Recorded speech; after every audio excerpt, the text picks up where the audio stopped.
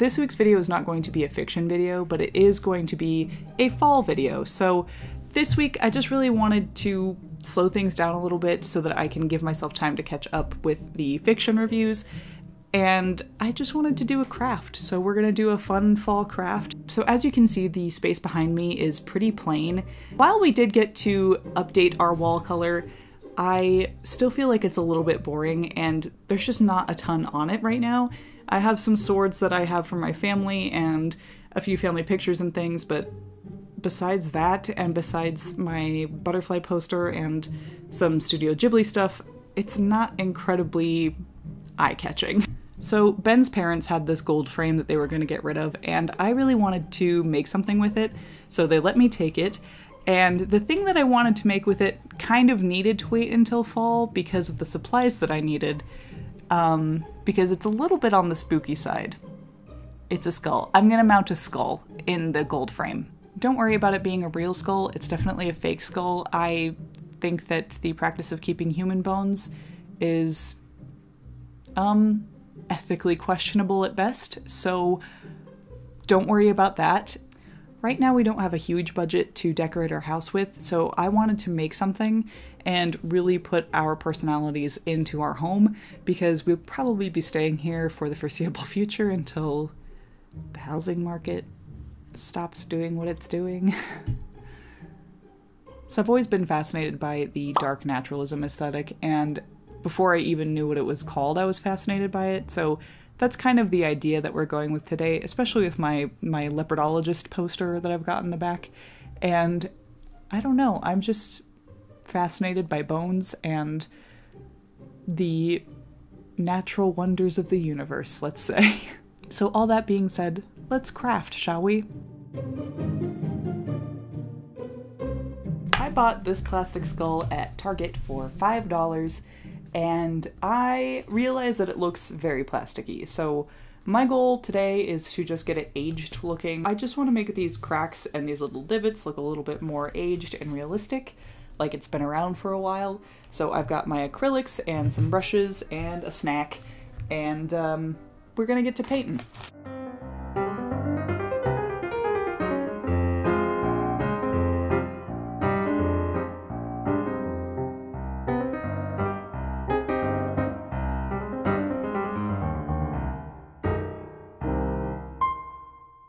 So last night, after I finished painting and detailing the skull, I realized I wasn't sure how I was going to mount this, because it is a skull, it's relatively round in the back, and I don't think it was going to stick very well to the artboard that I have planned to mount it on without some modification.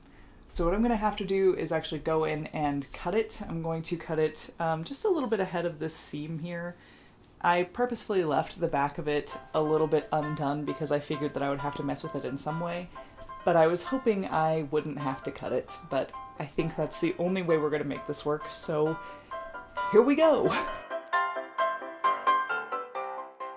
I opted for a Dremel instead of a handsaw just because it was going to make way quicker work of this thing than a handsaw ever could. Though shortly thereafter I realized that the Dremel was melting the plastic, but hey, trade-off.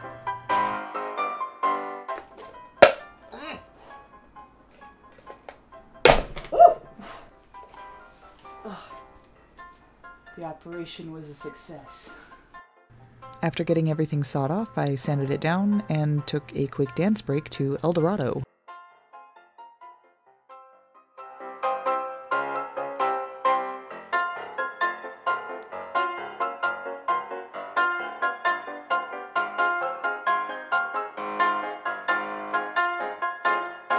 After getting the skull glued down, I decided to lay out some moss to see where I wanted to place it, and then I started gluing it down with some good old-fashioned Gorilla Glue. Someone calls simply nailogical.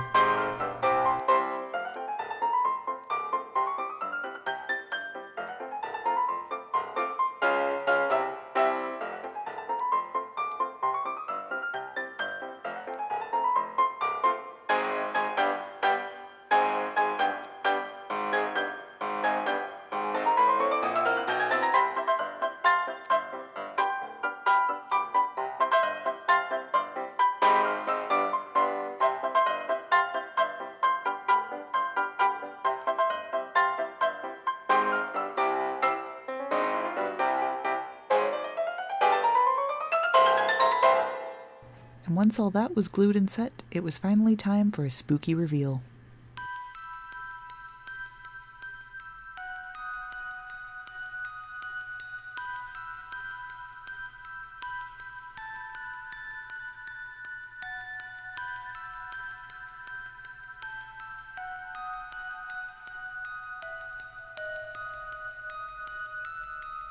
Okay, so here's the finished product, all mounted and ready to go and stare at my guests. Overall, I really like the look of it, and I'm really happy with how it goes with the green wall, but there are a couple things that I would probably fix in the future. Chief among them, Frank took a bit of a tumble when we were trying to mount a hanging wire to the back of the frame. So he bonked his nose and it kind of chipped some paint off, but I think I've fixed it for the most part. It just looks a little bit incongruous. So I'll probably go in back later and just kind of sponge over it and just make sure that it looks nice. I didn't originally intend to put so much moss on, but once I started, I found that I couldn't stop, and now I think I'm a part of Mosscore. You know, there are worse things to be. The next time I do something like this, I definitely plan to listen to my gut and plasti dip the skull first, because unfortunately, because it's plastic, the acrylic is flaking off a little bit, but it's nothing that I can't fix. It's just kind of annoying, and plasti dip will work as a better primer than just the raw plastic. I think also next time I will probably make sure that the moss isn't just stuck haphazardly on the face of the skull, and instead is sort of growing in from the sides and from the top and bottom. But yeah, overall I'm really happy with the way it turned out, and I'm extremely pleased with the fact that it looks like a garden is sprouting from my wall. I think that's really cool. That's also an effect I wasn't exactly expecting. With the darker color scheme, I think that that really helped it.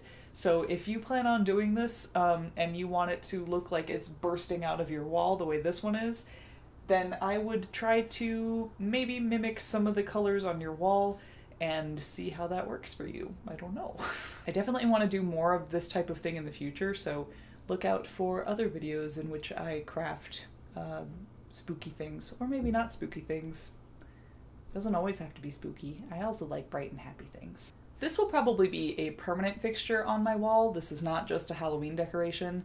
I really like bones, like I said at the beginning of this video, and I think that it's a fun and interesting way to display it, and for me there was a lot of symbolism behind it, that there is life coming forth through death, and I just find that really fascinating and slightly comforting, so I was happy I got to do it. It might spook some of my guests in the future, but honestly, if they don't already know I'm a spooky bitch, then I probably don't want them in my house anyway, so.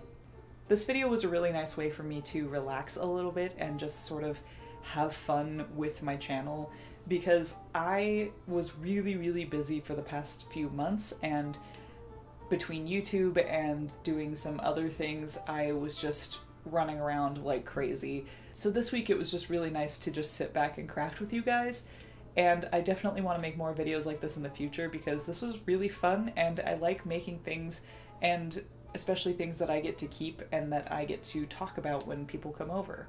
I am so grateful to every single one of you for watching, and I hope that you liked this video and you like Frank the skull who is encased in flowers and moss. Because he likes you. You're friends now. Stupid. Stupid thing to say. If you liked this video, go ahead and give it a big thumbs up, and comment down below if you would do this in your own house, or is it just a little too spooky for you. For myself, I think it is the perfect blend of scary and pretty. Just like me. Also, if you're not subscribed yet, go ahead and hit that subscribe button for new videos every Friday. I will see you next week. Stay spooky, stay kooky. I guess you're part of the Addams family now. Okay, bye.